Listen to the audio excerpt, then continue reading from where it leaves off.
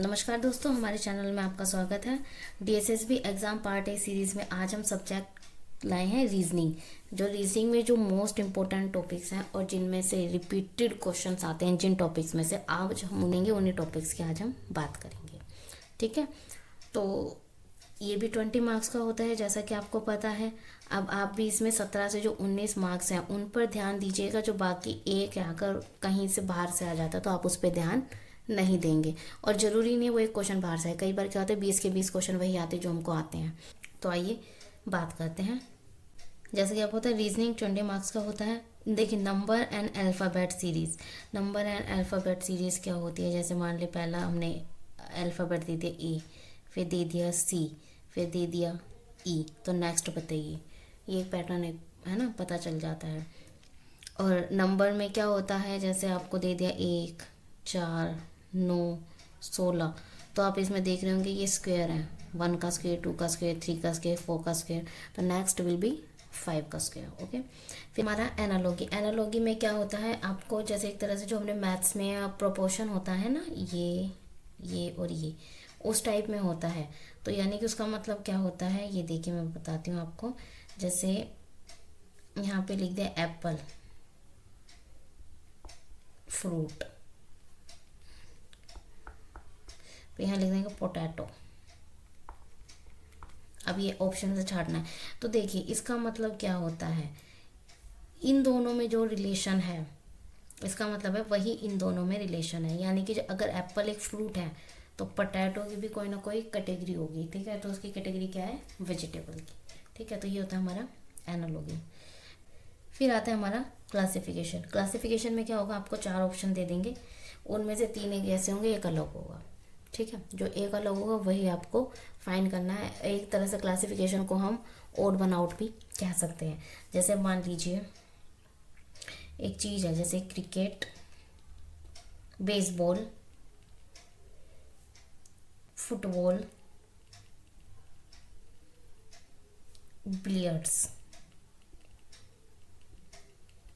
ये आपको 4 क्वेश्चन दे दिए, इंडोर और आउटडोर का आपको देखना है।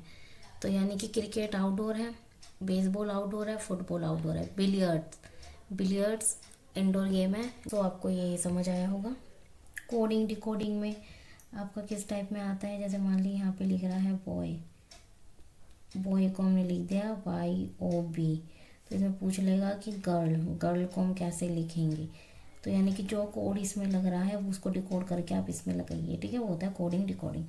ब्लड रिलेशन, ब्लड रिलेशन में आपका ऐसे आ जाता है कि वीना के भाई की बेटे की बेटी की मम्मी मेरी क्या लगी। ठीक है, उस टाइप में आपको रिलेशन बनाना है। Distance and direction, Venn diagram. Venn diagram में क्या आता है? जैसे सभी आम फ्रूट है। ठीक है, तो ये आपको इस टाइप का आएगा। कोई भी फ्रूट वेजिटेबल नहीं है, तो ये दोनों अलग हो गए।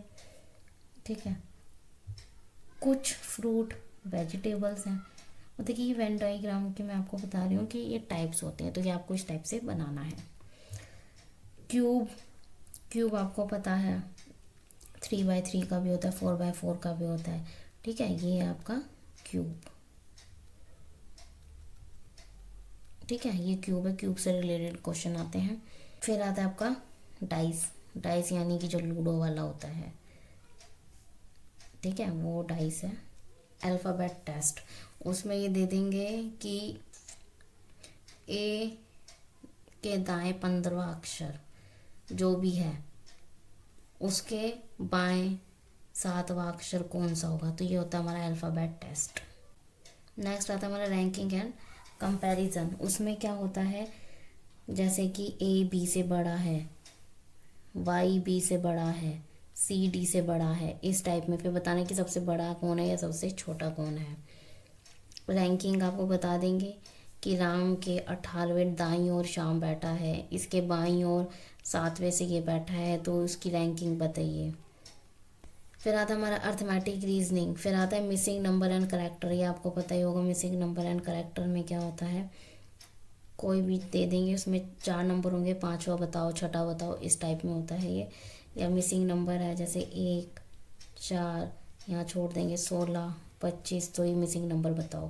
पजल, पजल में आपको 4-5 लाइन दे देंगे कि ए फर्स्ट या सेकंड फ्लोर पर नहीं रहता, डी फोर्थ फ्लोर पर रहता है, ठीक है, ए महाराष्ट्र में नहीं रहता, डी गोवा में नहीं रहता, सी गुजरात और महाराष्ट्र में से नहीं रहता, इस टाइप के आते हैं। फिर उसमें से क्वेश्चन मतलब आपका बन जाएगा, इजी होता है वो बन जाएगा, उसमें से 1 या 2 क्वेश्चन पूछे जाते हैं, क्योंकि 20 नंबर है तो इसलिए ज़्यादा क्वेश्चन वो नहीं पूछ सकते। सिलोगिज्म क्या होता है, इसमें हमारा वैन डायग्राम का यूज़ होता है और इसमें से हमें निष्कर्ष निकालना होता है कि दोनों जो हमने कहा था या दोनों जो हमने कंक्लूजन निकाला था दोनों ठीक है, दोनों गलत है, एक सही एक गलत है, इस टाइप में ये आप सिलोगिज्म में से होता है। जैसे सभी ए बी हैं, ठीक है, और सभी बी सी हैं, तो आपको 2 कंक्लूजन दे देंगे, क्या सभी बी सी है, क्या सभी ए सी है, तो ए सी के अंदर आ रहा है तो है, बी सी के अंदर आ रहा है तो है, ठीक है, इस टाइप में होता है सिलोगिज्म। फिर आता है हमारा क्लोक, ठीक है, ये क्लोक है, अगर आप नहीं भी करेंगे तो भी कोई फ़र्क नहीं पड़ेगा, क्योंकि क्लोक से इतने ज़्यादा क्वेश्चंस नहीं आए हैं जहाँ तक मैंने देखा है, बहुत कम क्वेश्चंस आए हैं, ठीक है, एक दो क्वेश्चन किसी किसी एग्ज़ाम में, हर एग्ज़ाम में नहीं है। तो अगर आपको क्लोक मुश्किल लगता है तो आप छोड़ सकते हैं, पर बाकी पार्ट आपको स्ट्रॉन्ग करना होगा, ठीक है। कैलेंडर है, कैलेंडर में वही है कि इस तारीख को ये वार पड़ रहा था तो इसके 45 दिन बाद कौन सा वार पड़ेगा, ठीक है। या फिर आएगा कि 15 जनवरी 2020 को ये वार पड़ रहा था, तो बताइए 15 फरवरी को 2020 को क्या वार पड़ेगा, ठीक है, इस टाइप में क्वेश्चन आ जाते हैं हमारे। सिटिंग अरेंजमेंट, सिटिंग अरेंजमेंट यही होता है, वो उसके लेफ्ट में बैठा है, ये राइट में बैठा है, ये ना उसके लेफ्ट में है ना राइट में है, ये बिल्कुल मिडल में बैठा है।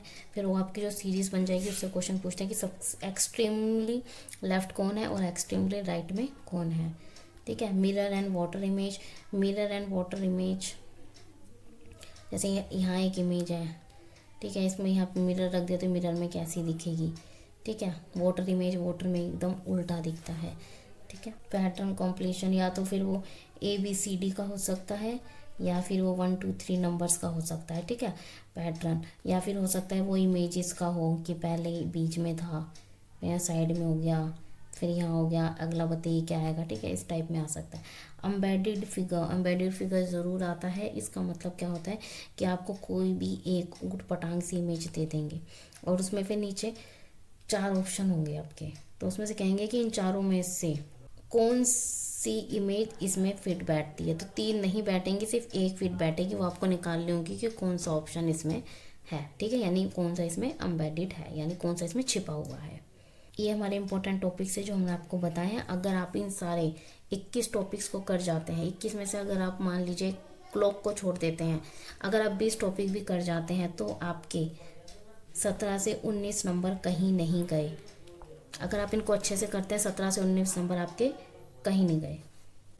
थैंक यू दोस्तों वीडियो को देखने के लिए। पसंद आई तो इसको लाइक कीजिएगा, कमेंट कीजिएगा और अपने दोस्तों के साथ ज़्यादा से ज़्यादा शेयर कीजिएगा ताकि उनके पास भी इन्फॉर्मेशन चली जाए, और चैनल को सब्सक्राइब करना मत भूलिएगा। और इसी सीरीज़ में अगर आपने बाकी सब्जेक्ट के इम्पोर्टेंट टॉपिक्स के ऊपर वीडियोस नहीं देखी तो हमारे चैनल्स पर जाइए और वो वीडियोस ज़रूर देखिए, और बाकी आपको उनके लिंक डिस्क्रिप्शन में भी मिल जाएंगे। All the best guys. याद रखिएगा, हार्ड वर्क के साथ साथ स्मार्ट वर्क भी करना है।